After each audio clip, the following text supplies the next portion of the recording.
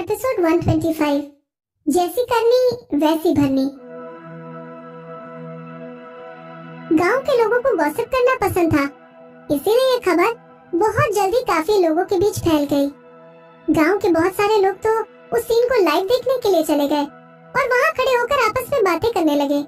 तालाब के दूसरे किनारे से 3 लोगों को देखकर लोग इशारा कर रहे थे। उधर देखो, ये तो शर्मा फैमिली के सबसे छोटे वाले चाचा हैं। उनको ऐसे क्यों बांधा हुआ है? ओह भाई साहब, मुझे तो भरोसा ही नहीं हो रहा। चाचा ने सिर्फ अंडरवेयर पहन रखा है।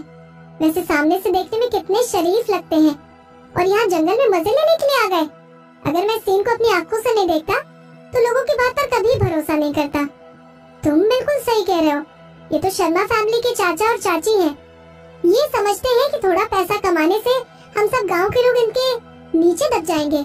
हम एक दूसरे को जानते हैं क्योंकि हम एक साथ रहते हैं, लेकिन जब ये दोनों हम गांव वालों से मिलते हैं तो ये हमें नीचा दिखाने की कोशिश करते हैं। अब इनको ऐसे शर्म नहीं आ रही? जंगल के बीच में कोई ऐसे करता है? मुझे तो किसी ने बताया कि यहाँ पर 3 लोग हैं, लेकिन तीसरा कहीं दिखाई नहीं दे रहा। जमीन पर देखो, पेड़ की दूसरी तरफ। ओह, मुझे दिख गया, लेकिन वो हिल क्यों नहीं रहा है? क्या वो बेहोश है? हाँ, मुझे यकीन है वो मजे लेते हुए थक गया होगा और फिर बेहोश हो गया। इन लोगों ने बहुत मजे लिए हैं। देखो, वो दोनों कैसे पेड़ से बंधे हुए हैं। उन तीनों को ऐसे देखकर गांव के लोग हंस रहे थे। बड़ी वाली ताई जी और शर्मा फैमिली का बीच वाला बेटा दादी के साथ हॉस्पिटल गए हुए थे, इसीलिए इस समय घर पर सिर्फ विदुषी के पापा और उसकी सौतेली माँ थी। उन दोनों तक खबर पहुँचने के बाद उनको ऐसा महसूस हुआ जैसे कि उन पर कोई बिजली गिर गई हो। वो दोनों एक ही बात को अपने मन में सोचने लगे।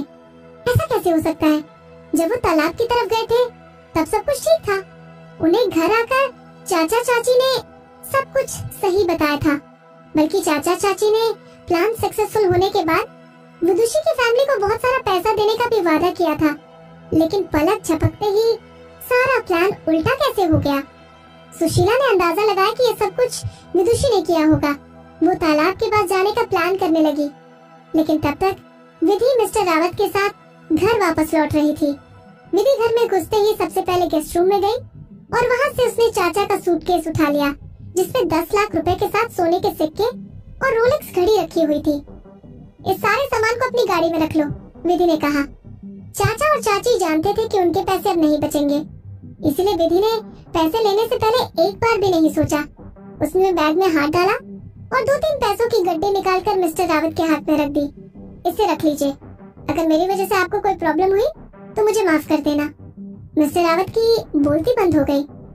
मिस विदुषी का स्टाइल बिल्कुल मोहित सर के जैसा होने लगा है, बल्कि मिस विदुषी और मोहित सर के पैसे बांटने का तरीका भी बिल्कुल सेम है। अब मुझे समझ में आ रहा है कि मोहित सर को मिस विदुषी इतनी क्यों पसंद है। मिस्टर रावत को गाँव आने से पहले की बात याद आ गई जो कि मोहित ने उनसे कही थी। मिस विदुषी आपके सर की फ्यूचर गर्लफ्रेंड है और भाटिया फैमिली की फ्यूचर बहू। मिस्टर रावत, आपको किसी भी हाल में मिस विदुषी का ख्याल रखना है और मैं आपकी तरफ से कोई गलती नहीं चाहता। विधि को भाटिया फैमिली की फ्यूचर डॉटर इन लॉ मानकर मिस्टर रावत ने पैसे रख लिए।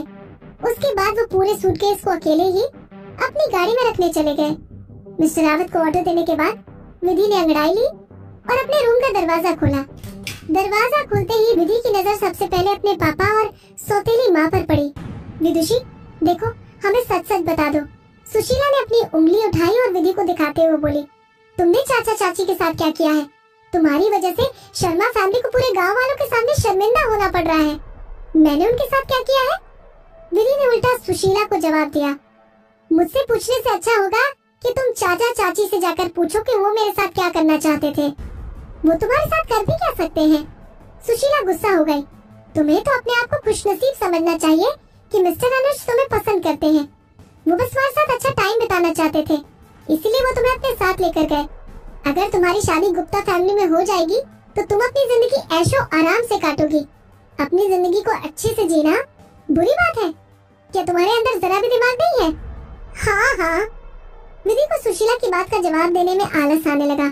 इनको लगता है कि मैं गुप्ता फैमिली में शादी करके ऐशो आराम की जिंदगी बिताऊंगी। सुशीला लालची है। इस बारे में जानने के लिए विधि को अपने दिमाग का इस्तेमाल करने की जरूरत नहीं थी। मेरे साथ लड़ने से अच्छा है कि आप लोग जल्दी से जल्दी अपने प्यारे रिश्तेदारों को वहाँ से ले आएं, जहाँ पर वो अपना मुंह काला करवा रहे हैं। उसने हल्के से कहा। सुशीला हड़बड़ा गई। मैं उन्हें वहाँ लेने नहीं जाऊंगी। तुमने उनको वहाँ फंसाया है और तुम ही उनको वापस लेकर आओगी। सुशीला ने पहले ही किसी से सुन लिया था कि चाचा और अनुज वहाँ पर बिना कपड़ों के खड़े हैं। पूरा गांव उनकी इन हरकतों के बारे में बात कर रहा था। उनके वहाँ बंधे रहने के बारे में सोचने से ही सुशीला का चेहरा शर्म से लाल हो गया। ठीक है, मैं भी उनको नहीं लेने जा रही, विधि ने कहा। और बाद में मुझे ब्लेम मत करना कि मैंने आपको वार्निंग नहीं दी। लेकिन अनुज वहाँ पर बिना कपड़ों के बेहोश पड़ा है। तालाब के आसपास बहुत ठंडी हवा चल रही है और अगर उसे वहाँ से बचाने में देरी कर दी तो शायद वो मर जाएगा। दिलीप और सुशीला ने घबराना शुरू कर दिया।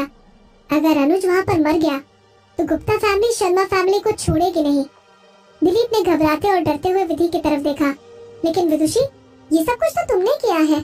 दिलीप की बात सुनकर विधि को विदुषी के लिए सिंपैथी महसूस होने लगी।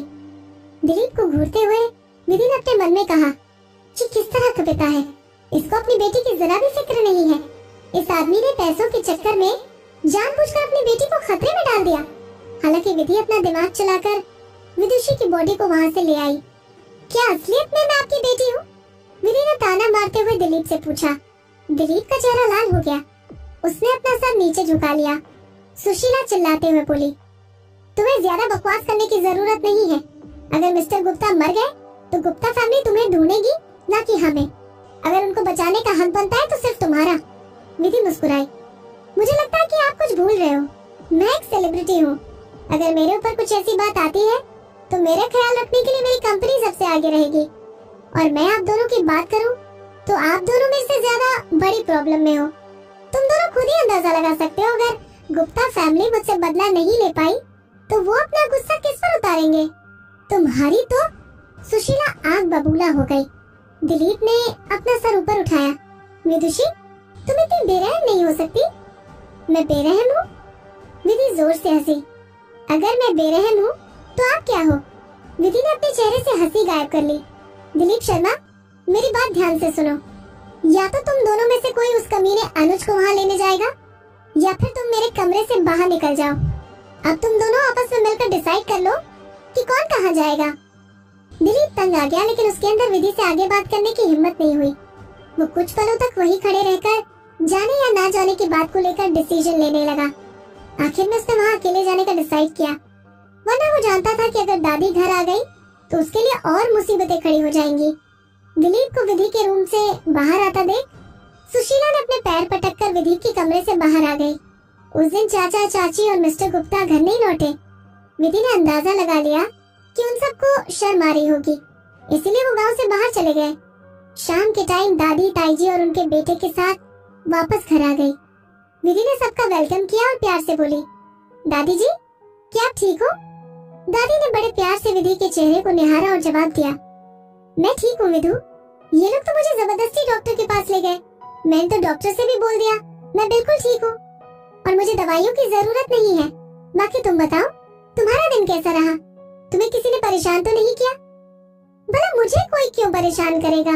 विधि हंसते हुए बोली।